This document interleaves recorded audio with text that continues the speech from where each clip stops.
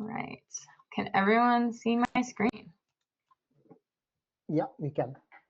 Awesome. Thank you so much, guys. All right. Well, really appreciate everyone hopping on here. I'm gonna move to just do a little bit about myself and our company Build Bedrock in case you're hearing about me or us for the first time. So my name is Victoria Kallsen. I'm an engineer by trade and became a salesperson almost by accident. I've been in technical sales for the last 6 years now, and I just want to share the experiences I've had with marketing over that time, what I've learned to be really powerful for startups in particular. If you guys have any questions, really open to making this a dialogue. I'll say a lot of the things I'm sharing today are definitely, my opinions first and foremost, and definitely love to hear other people's experiences with marketing techniques as well. Just to give you a little more background about me, I've worked in robotics primarily for the last 6 years, as well as a SaaS company that sold to robotics companies. Before that, I came up in General Electric, so I have both the experience of what it's like working at a big company, as well as the experience of working at a startup of 25 to 50 people. And then, in my career, I've had the opportunity to pitch and sell to companies like USPS, Amazon, BMW, Kraft Heinz, Nike, SoftBank. These are some of, my favorite potential clients, but, really have experience selling to companies, again, that are at the startup size to these more enterprise levels. And, the reason I share that isn't just to throw a bunch of logos on here, but also just to say that the experience of selling to a large organization as well as a small organization can require different marketing motions. Different startups might be targeting, their white whale, whether that's an Amazon, a Walmart, any sort of big company.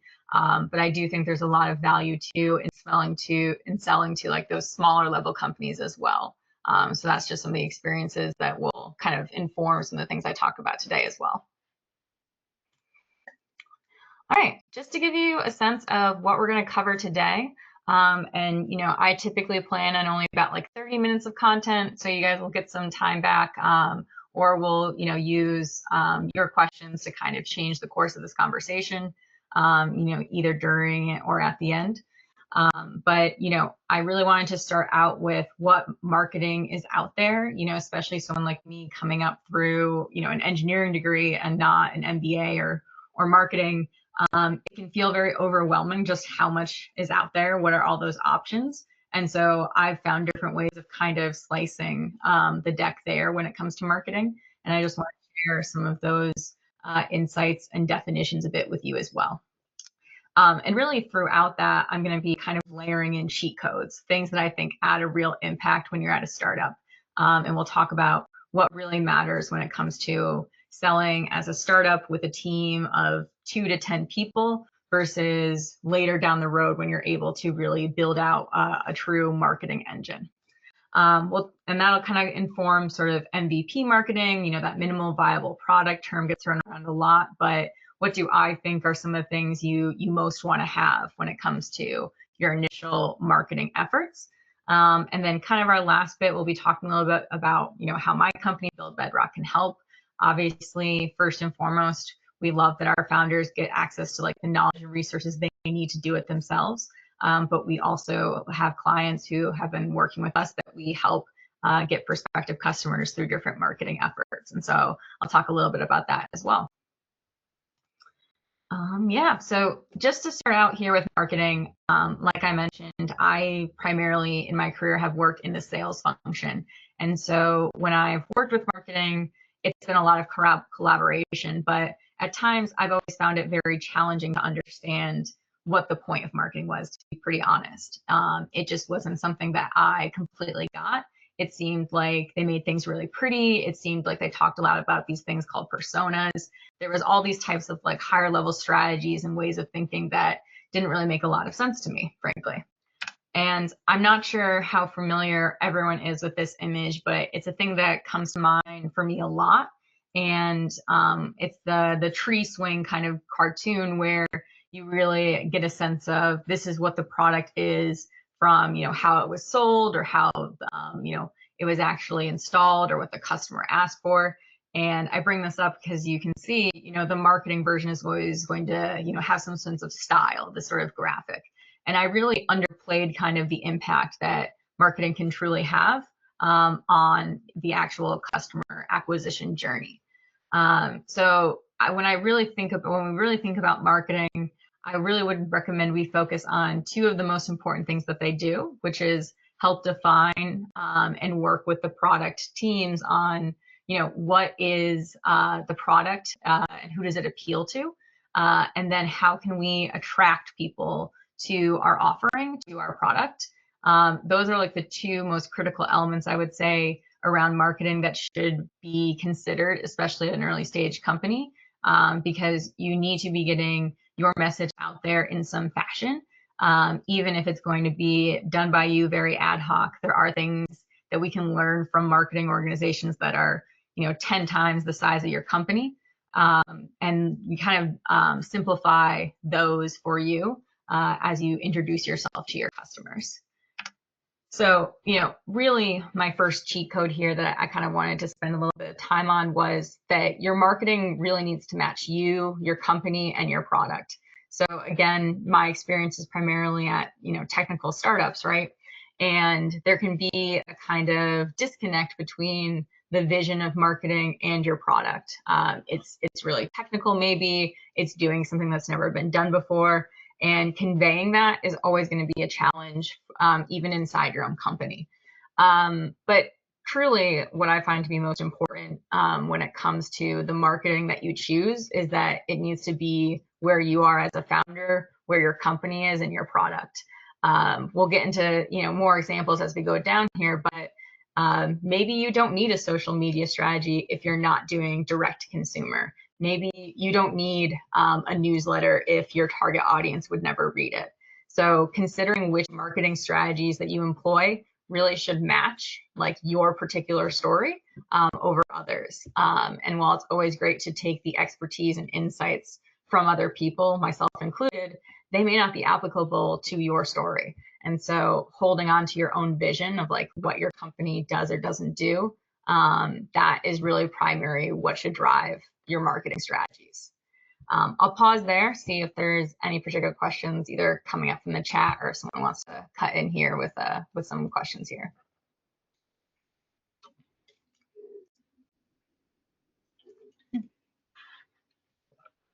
I'm kind of on two monitors, so I gotta look to the left to see where the video is actually.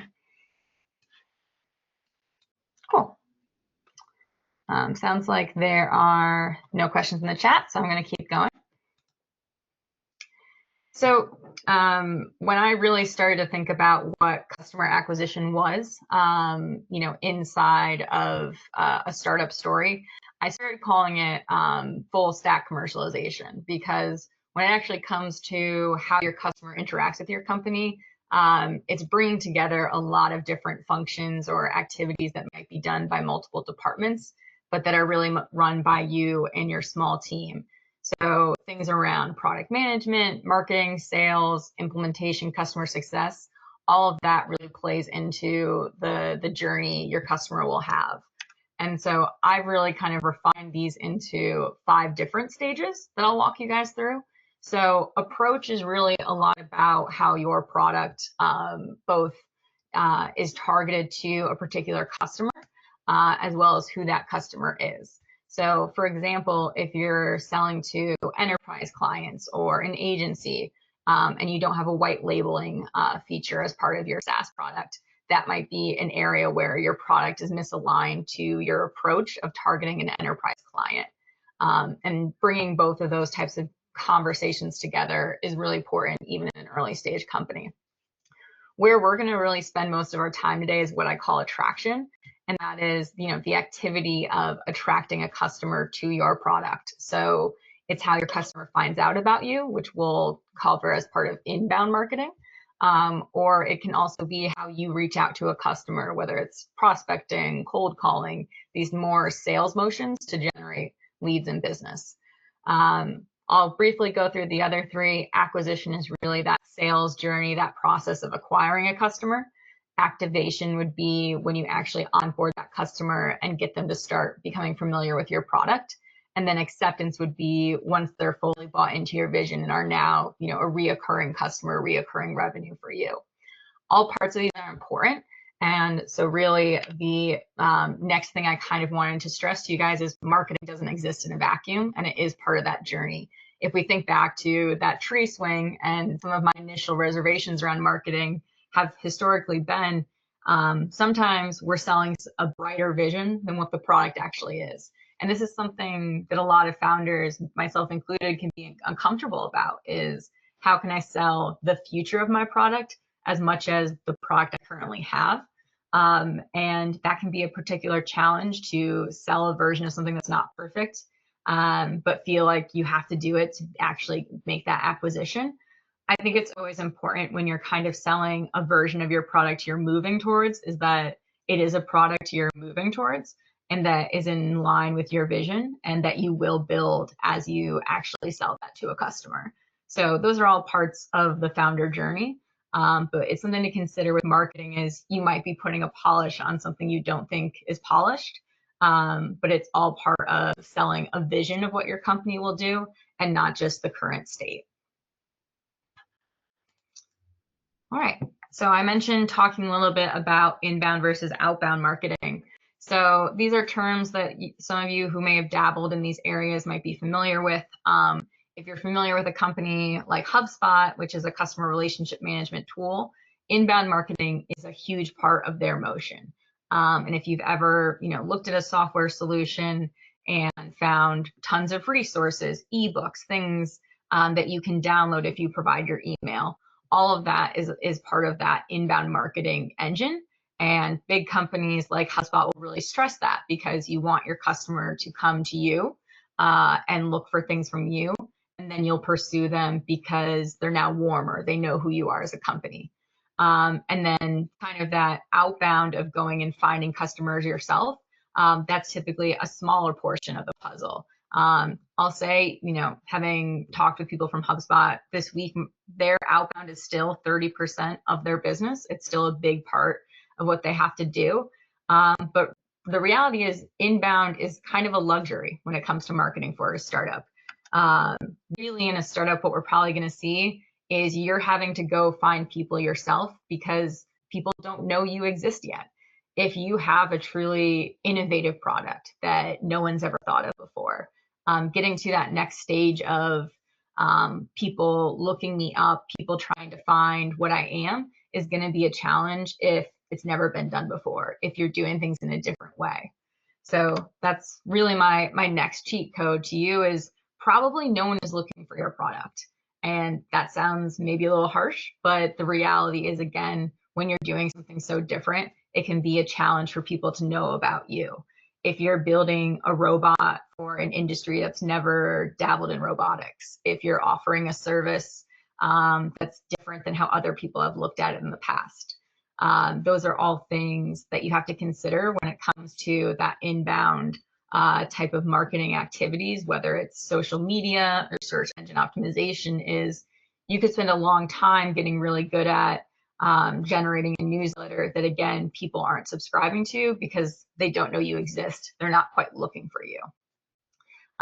Yeah, so that's one of my first cheat codes here. I do see there's a question in the chat from Katarina, so I'm gonna read that now. What are some ways to align marketing to the product roadmap to avoid the scenario you mentioned, where a customer comes on board expecting new features that may or may not be aligned with the company vision? Yeah, absolutely. So I will say that, unfortunately, marketing can almost be the last to know when something is happening or going to be on a roadmap. I'll be honest, I think sometimes when I feel a department like marketing isn't doing a good job, it's really been no one's been putting them in the loop. And so I really think the first thing to be changing in our companies is recognizing the value of marketing as a function and bringing them into those conversations.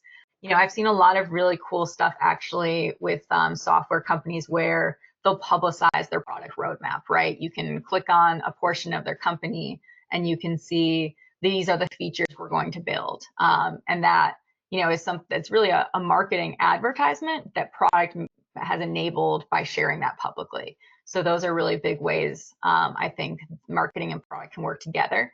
I've also seen different websites where customers can submit like product feature requests and upvote them and things like that. And that's like another great way that I think marketing and product and customer success all get to be a part of the conversation and stay aligned. But yeah, unfortunately, sometimes the best answer is like product and marketing should talk to each other.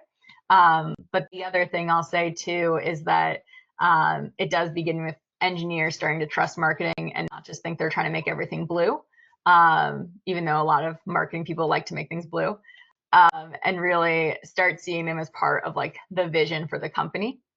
I'd say the other thing that, from the marketing side of things that I always loved was just when marketing would, do their outreach and be a part of the conversation and be willing to understand the technology. Definitely some marketing people I've met almost don't even want to know anything about the product, which is, again, I think not a great fit for that particular company. So that's like kind of the challenge on the marketing side. Yeah, this is a great question, Sumit. Thank you. What is the right time to start the marketing efforts, pre-product launch or post? Yeah, this is great. So I'll actually start with a little bit of a story. So at the first robotics company I was a part of, Seagrid, we, during my time there, started selling a lift truck. So this was a new product for us. We were in the process of building it, but we still were going out actually and advertising it and getting purchase orders, getting people to buy into the pilot. So it can definitely vary by industry, but what I would say is that almost the best way to get customer feedback is to start putting things out there. You'll also have to think about the fact that it takes time, right? I mean, almost 6 to 9 months could be spent just preparing some of these go-to-market efforts. And I do believe it's best to start marketing before launch because you're going to start getting that feedback quicker and quicker. This is maybe like a little bit of a silly example, but I don't know how much people like movies as much as me, but if you remember, there was the Sonic the Hedgehog film, right, a couple years back, and they first released the trailer and Sonic was incredibly ugly. And a lot of the reaction online was very negative, and they went back, completely redesigned that character CGI perspective.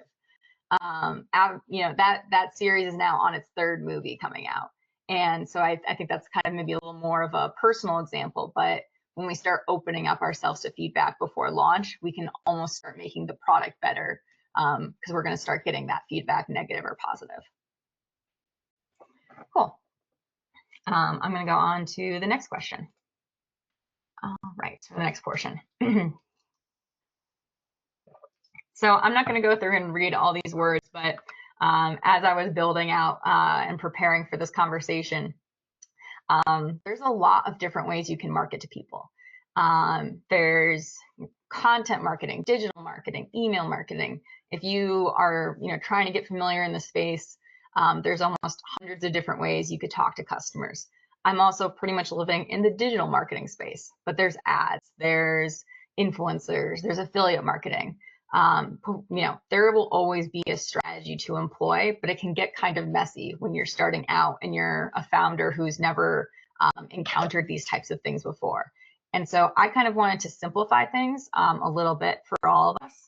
And so when I consider attraction, which is that flavor of marketing that we talk about here at Build Bedrock, I like to segment attraction into 3 buckets.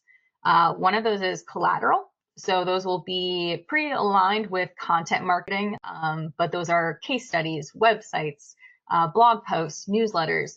These are all the things, the collateral that you're sharing with customers that start building trust. So those are, that's the first bucket we'll talk about. The second bucket we'll talk about is events. And so those are things like webinars, conferences, networking, in-person connections, but different ways that you can start attracting people to something exciting, something visual, something they can engage with. And then the third bucket is mechanics. And so these will be things like search engine optimization, social media, websites kind of falls under here too, of just what are the mechanisms by which we can attract our customers. And so those buckets, have worked well from my understanding, and I want to share those with you today, and we'll kind of keep diving in to them here. So, my suggestions in this conversation today are going to be very based off early companies. So companies that don't, have full-time marketing, maybe that don't have like a staff of people who can write newsletters. And when we think about these marketing strategies for a small team, we want to minimize things like founder effort and cost. You can probably spend a little more time on it as a founder. You're living and breathing your company. You have to do some marketing efforts right now. But you probably are still trying to keep costs low. You're trying every dollar you spend on marketing needs to have a return for you. The other thing that I think is really important to consider, though, too, for founders is the impact. And by that, I mean you're getting the right eyeballs on this. This is where I start kind of coming down on things like advertising, maybe, or Facebook ads, LinkedIn, Instagram ads. Those strategies will definitely provide value down the line at your company. But right now, you're going to struggle maybe with always getting the right person, the right eyeballs onto those ads. Obviously, things are more sophisticated digitally than an ad on a billboard. But when you think about, again, that cost versus impact there, that's where you really have to be considering activities like advertising. And then again, time to pay off. This is another thing that we want to make sure that the marketing strategies you guys do employ as early startups have a payoff, pretty quickly. Maybe 1 to 3, 1 to 4 months in terms of how they're attracting customers to you. It's going to be a challenge to pick a marketing strategy at this stage that might not pay off until 6 months to a year from now. It doesn't mean it's not worth it. It's just not a strategy that I would recommend employing today if you're an early stage company. Any questions, kind of on how I was thinking about evaluation just before I continue and as I take a sip of water here?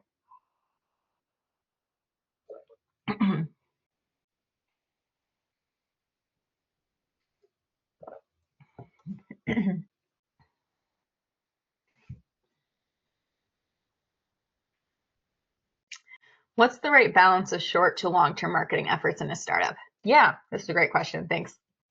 So what I would say is, where are you in your customer journey? Are you at the 0 to 5 customer stage or the 5 to 25 customer stage, let's say? So I'll say for me personally, I was really focused on short-term efforts as I was getting my first 5 clients because it mattered getting them as soon as possible. Now that I have a little bit under my belt here and we're moving more into ensuring delivery, that's when I can start investing in long-term strategies. So really, I think in the beginning, you're probably going to be focused on the short term because you're trying to figure out if your company's going to make it another 3 to 6 months. And then once you start getting that traction, that's when I would recommend switching to more long-term strategies, things that will pay off in those 6 to 9 months. And so now that you're starting to get some investor buy-in, you're starting to get customer dollars in, that's when you can start building for the future. There will always be value in continuing to put money into things that have a payoff shorter, but you don't want to have a breakdown in your sales pipeline later. And so what I would suggest is that you are focusing on some of those long-term strategies to keep a consistency in your sales pipeline later on. Yes, Meet, great question. We already got to get into the specifics of the marketing strategies, so I will share that in our next slide here. Cool. So going back to the attraction, collateral, events, mechanics, I'm going to talk here specifically about these different strategies and what I think makes the most sense in the collateral space and why. So talking about the collateral content marketing. So I do think websites and case studies are the 2 most important to be doing as an early stage startup. And by that, I mean your website is the sort of front page, landing page of your company.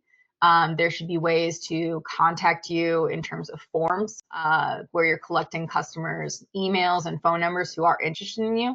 It may seem like putting a contact us button is enough, but having an intake form on your website is going to drive a lot more traction in terms of getting some of those details.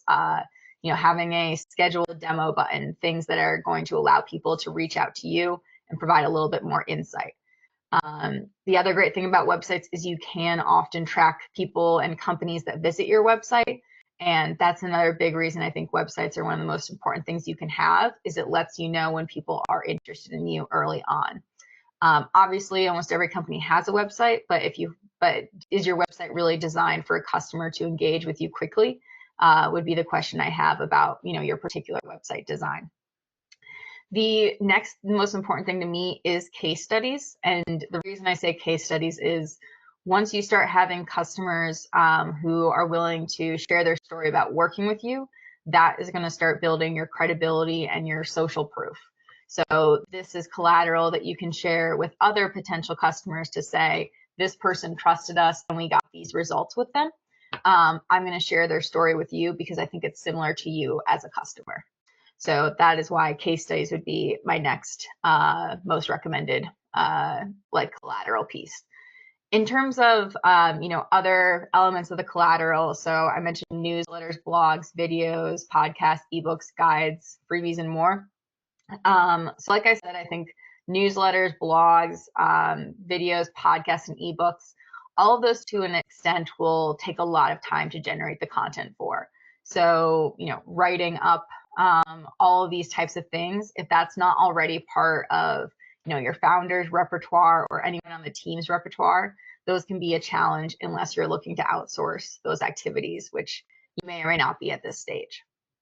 I do think that guides and freebies, whether that's, a template or a how-to guide, that people will still find value in regardless of if they go forward with your product.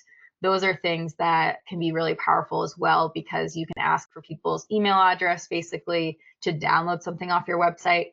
Again, it can feel like you're gatekeeping content, and I know some founders hesitate to do that. But at the same time, if someone does want your content and isn't willing to provide an email address to receive it, that's not even a prospective customer for you, right? You're not actually losing someone who is more engaged with the content and the things that you're providing. The last thing I'll kind of add though with the collateral is less is definitely more. I do also really recommend videos to some extent because they are allowing the founder, the people at your company to be personable, to put a face to the company. And so, a low production level video can go a long way, I think, in sharing sharing the founder story as it relates to the customer. And then, in terms of those guides and freebies, again, I think it's always good to have something that is part of the story, of your product. And so I'm not sure, what your startup does. Feel free to come off mic and tell me. But if not, I'll share one of my client stories and the guide I recommended to him.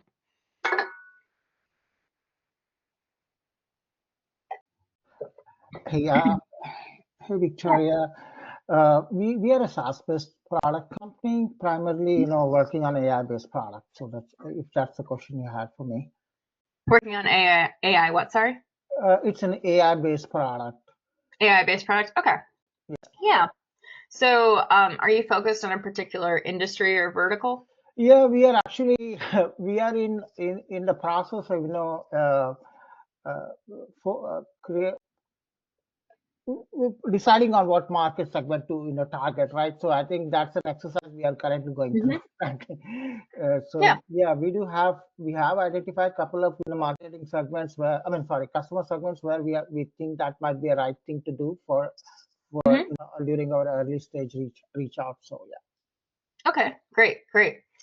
Yeah.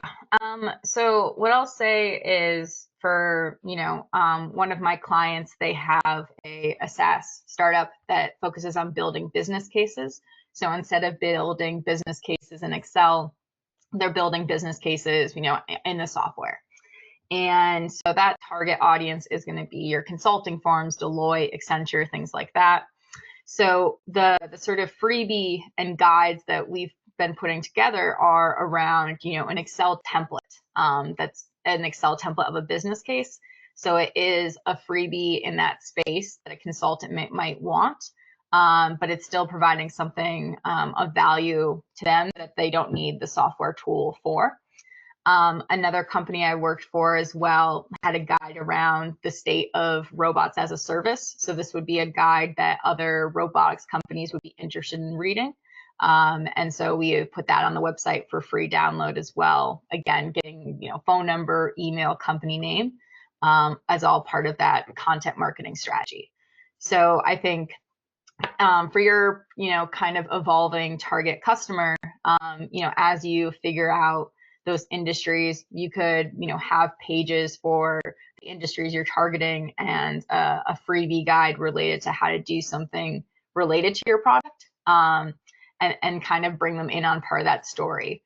I believe my next couple of slides will kind of speak to some of the reasons I think this type of content marketing strategy is really important.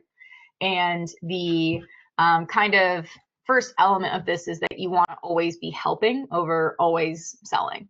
And so, when you have a genuine connection with that target market, that target industry, you care about helping them as much as you care about selling to them. And so providing content that does, at a basic level, help out with some of the problems your product solves can be really valuable.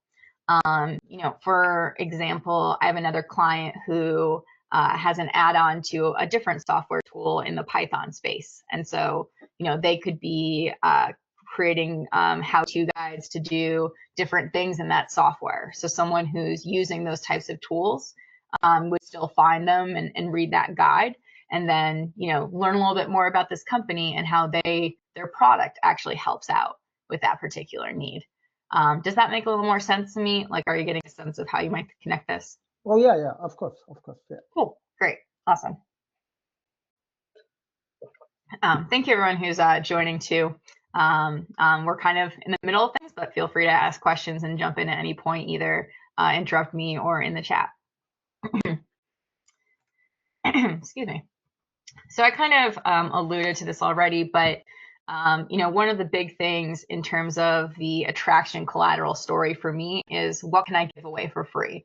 What knowledge do I have as a founder or as a team? What insights can I share? Again, kind of thinking of one of my other clients in that business case software example.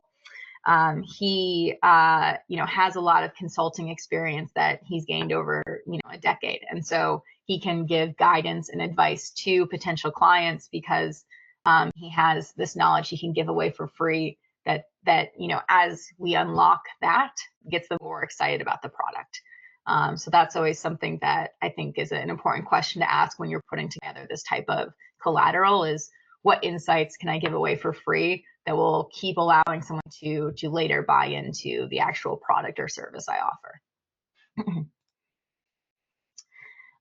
Yeah, and then kind of the caution I have around content marketing and why I'm more hesitant around newsletters for some of my startup clients is you want to be sure that you're building an audience for your product and not just the content. I don't know how much other people spend on LinkedIn, but there are a lot of very content creator people who are building those newsletters of 100,000 people, thousands of people, right?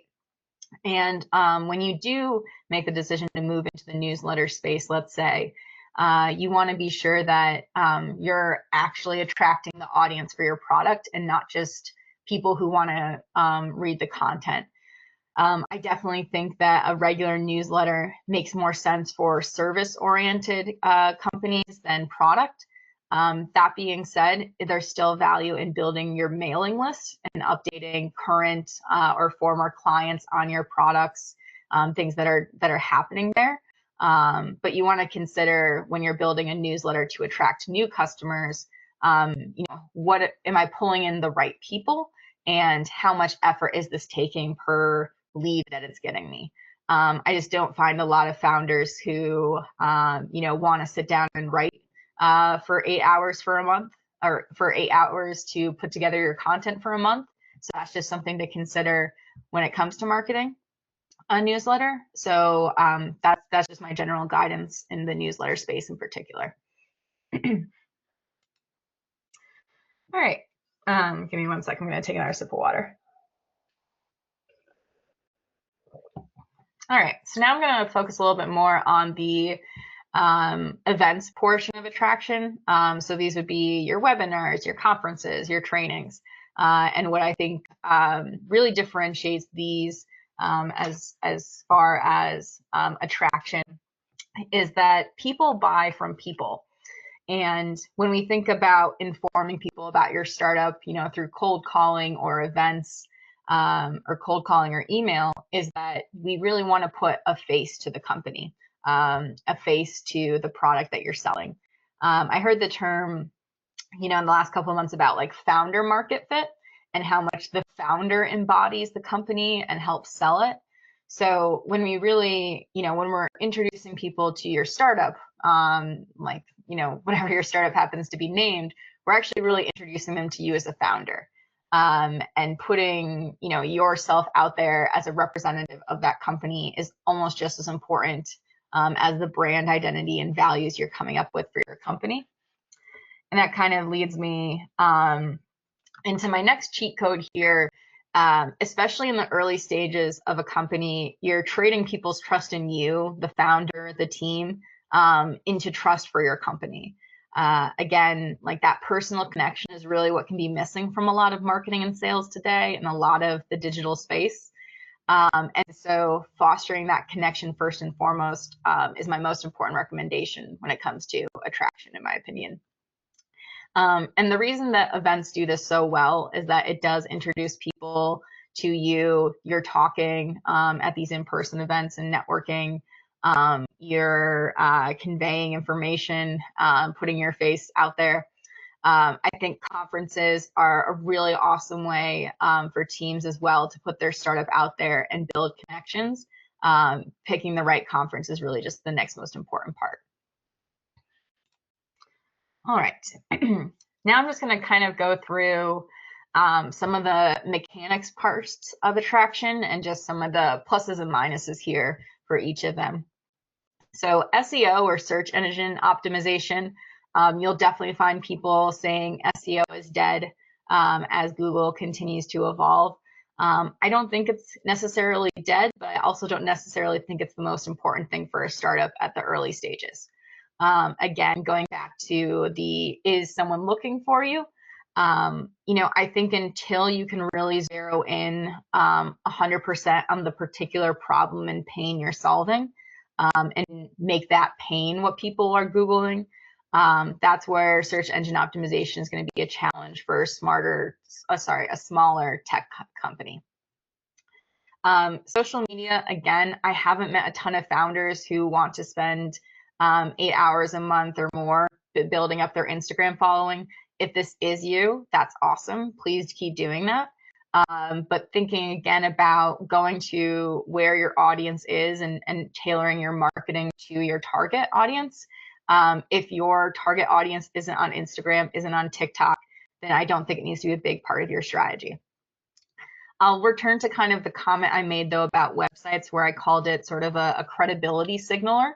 And it is important to, I think, have a social media, a LinkedIn, a Instagram. Whether or not it's going to be the biggest part of your strategy is kind of what I'm disagreeing with. But the more you have a couple different areas that people can look at and see, okay, this person who's emailing me is a real person, is a real company. That's kind of where social media, I think, can shine, is just, having a couple posts a month, having an up-to-date LinkedIn page just lets people know it's not spam, it's a real person, it's a real company. Going to the email marketing. Email marketing is really like the delivery mechanism for those newsletters that we talked about and content. I do think it is important to share updates about your company, again, to that mailing list, whether or not you're doing a weekly newsletter. So that can be powerful. It can be cheap. It can be something you do for free with HubSpot. So that's where it can add value. Ads, I'm less a big fan of for early startups, again, just because of the cost versus the reach you're getting. It doesn't mean there's not a startup who hasn't been successful doing it. just, from my perspective, where I would recommend putting your money to date. And then the final kind of mechanism here is that like partners, influencers, affiliates vein. And I think it's also really great when you can rent someone's audience instead of building your own. I think that might be the next cheat code. Or maybe I've kind of like talked past it already, but I think with partners and affiliates, where you can find a newsletter that is absolutely hitting the people you want to meet, that can be a good use of your marketing money at an early stage company. It's always really important to remember, again, that connection and community with people, and finding established communities that you can, work in, speak with, get those kind of nice referrals from someone else who trusts, who has the trust of your potential customers. There are so many online organizations and communities for every particular vertical or problem, right? I'm lucky to sell to people in the tech space. And so there's Reddit groups, there's Discords, there's newsletters that share events, right? But your target vertical is also going to have their people getting together. And so that's kind of the basis of the cheat code here of go where your target audience is. That was, again, kind of my point about Instagram and TikTok is where are your people that you're trying to sell to? And then use those channels that most speak to them. If you're selling to Gen Z, that's why you're on TikTok, right? Things like that. If you're selling to real estate agents, that's where you're going maybe to networking events for real estate agents. So that's kind of my caveat cheat code there. And then, yeah, I've kind of alluded to this, but don't build a marketing channel you don't want to maintain. So like I've kind of alluded to, I primarily work with technical founders and startups, other engineers, like myself.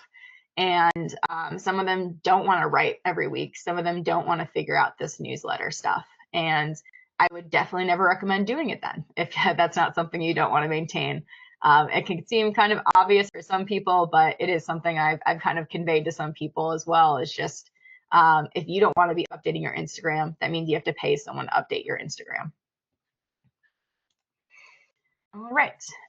Yep, I kind of already alluded to this as well, but renting other people's audiences through their newsletters, through their community, things like that. I'll return to kind of the point I made earlier about being a genuine person and wanting to help over wanting to sell. People can definitely tell when you're just trying to sell to people in their community versus being willing to help.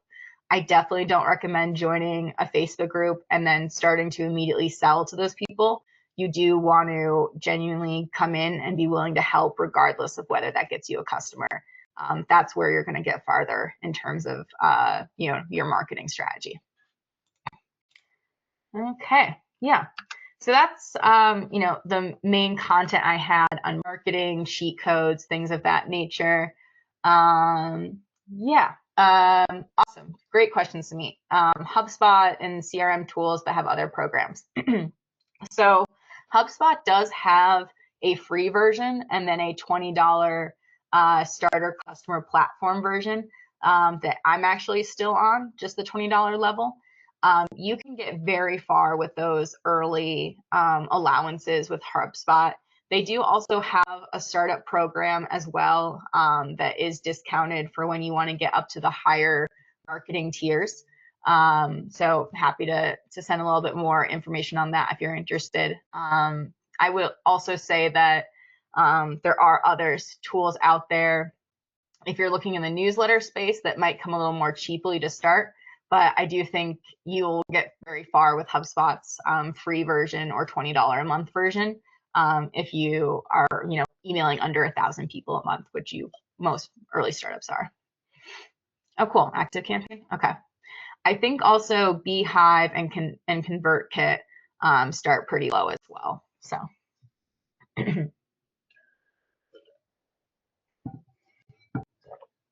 Were there any particular marketing, types or topics that people were hoping I'd speak about and I didn't today? Could you talk a little bit about renting people's the current slide that you're talking about? Meaning, what does it mean actually? Yeah. So what I mean by that is really, I think the best example actually is like a newsletter, like ad space. So there are a lot of popular newsletters out there where you could buy ad space. So some of those digital ads. I'll also say that kind of those communities I talked about as well. So finding the groups that exist either in person or online that support your target market. So real estate was my example of, there are real estate organizations, real estate networking groups for realtors. So there are other groups and communities out there that support your target market for free or as part of a community. And so that's where you're going to try and rent out the groups and communities that already exist rather than, building your own community at an early stage.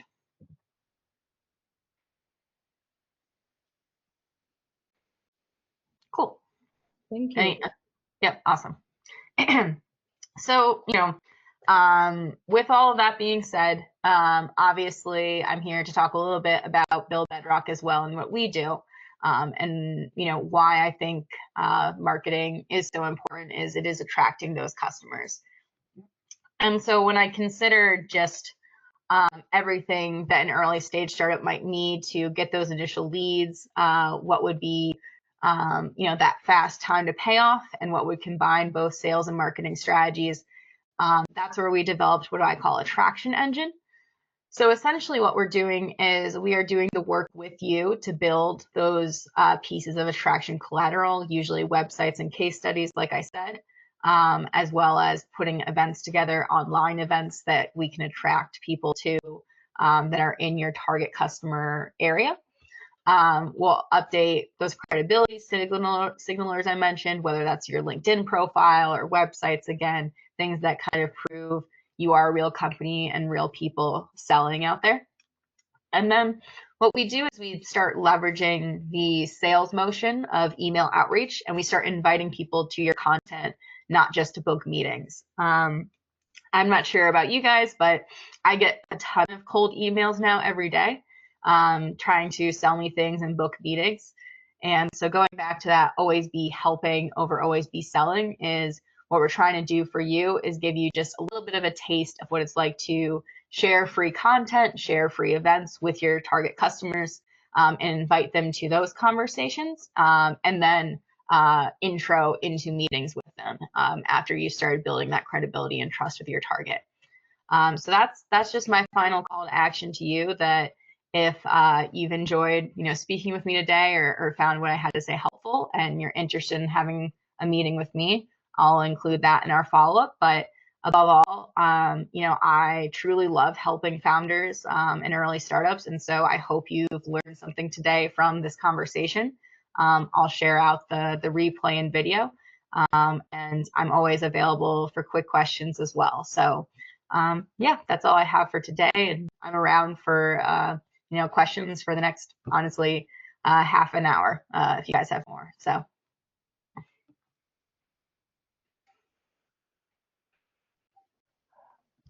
I don't have any questions, Victoria, but I think this session was very useful, and thanks for sharing all this information. I think this was really helpful for us. Awesome. Glad to hear it.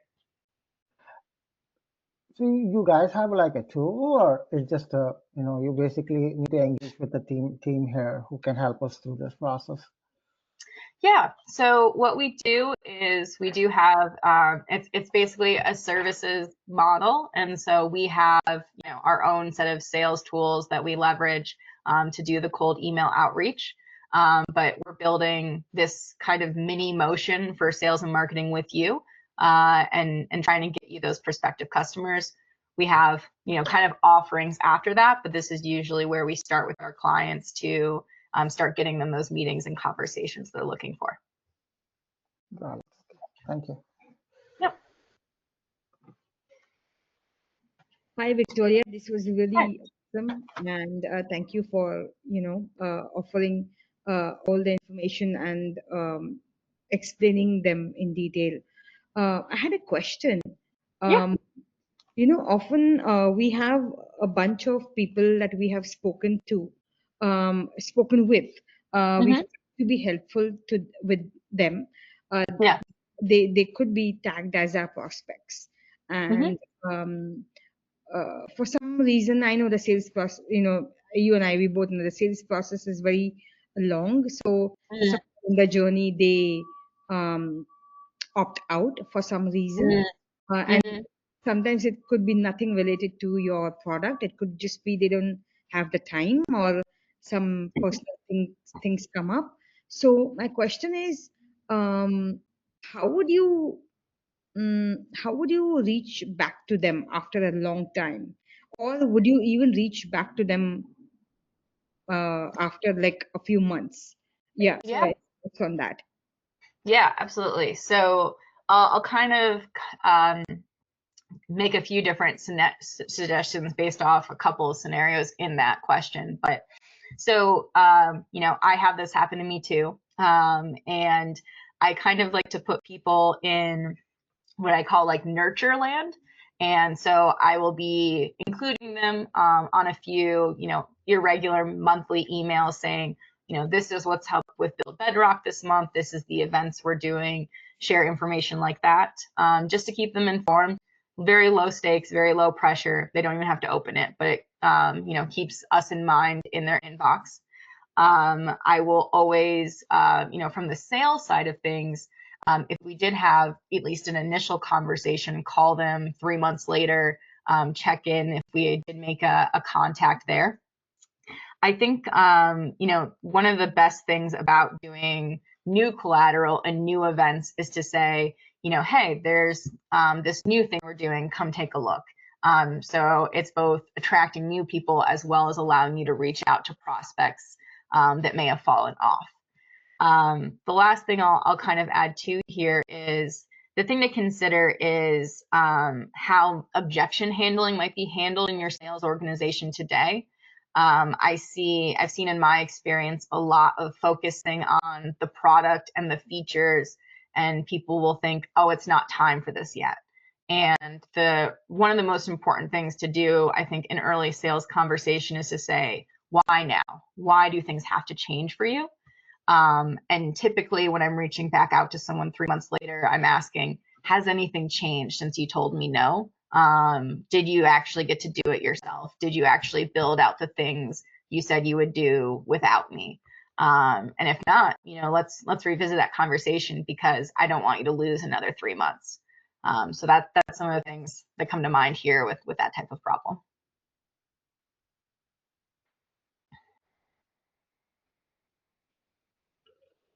Great. Thank you. Thank you for sharing that. Yes, I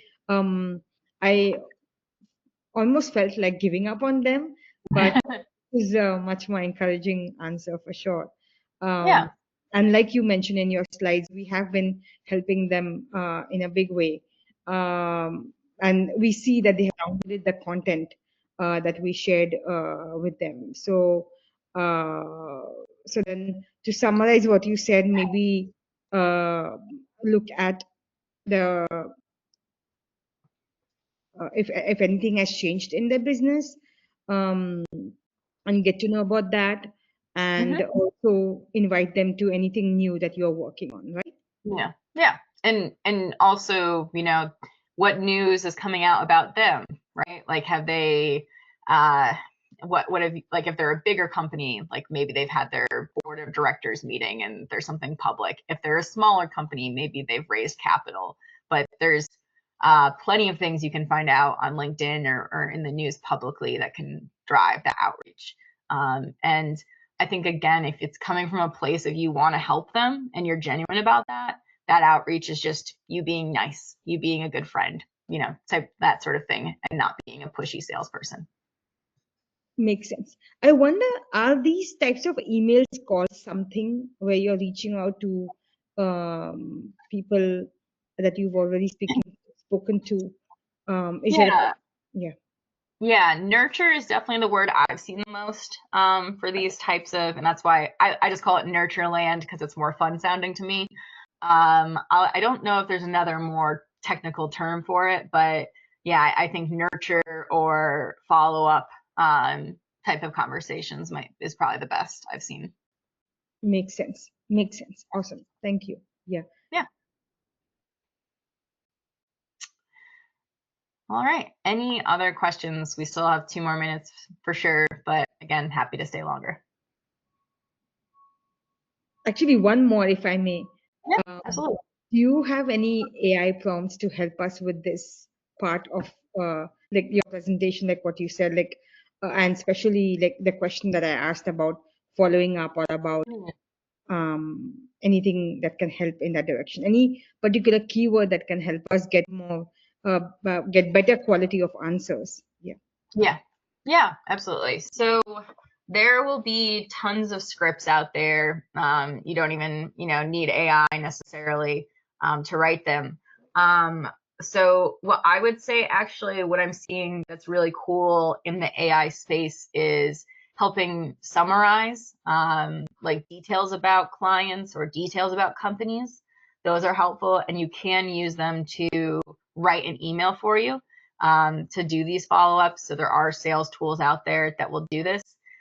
There's also automation that will do this and follow up with prospects automatically after a set period of time. They'll call that sequences a lot in the sales world. The other thing I wanted to add here, though, when you use AI to write anything, I highly recommend just reading it over and rewriting things to sound just a little bit more like you.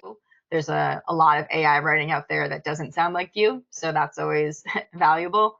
And I think this wasn't what you asked with AI, but I also think a phone call is going to be more powerful than just an email too. And so I do always try to call someone over the phone before email because it really disrupts what people might expect from you and how much you're willing to put out there to get their help and to help them.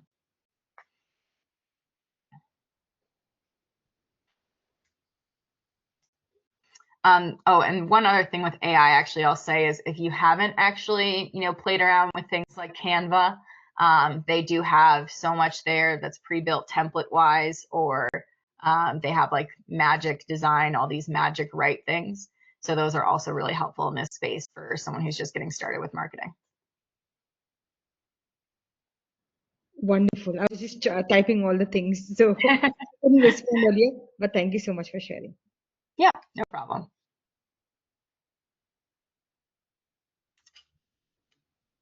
All right. Well, if no one else has any questions, I really appreciate everyone for showing up and joining us today. We will share out the recording as well as a few other details. Before I do that, probably tomorrow morning, you'll get a little feedback question, a little feedback survey. I really appreciate, I think actually some people have taken the time to provide feedback, and it's already shaped our webinars for the future. So feel free to give us some feedback on this one or make suggestions for a future one.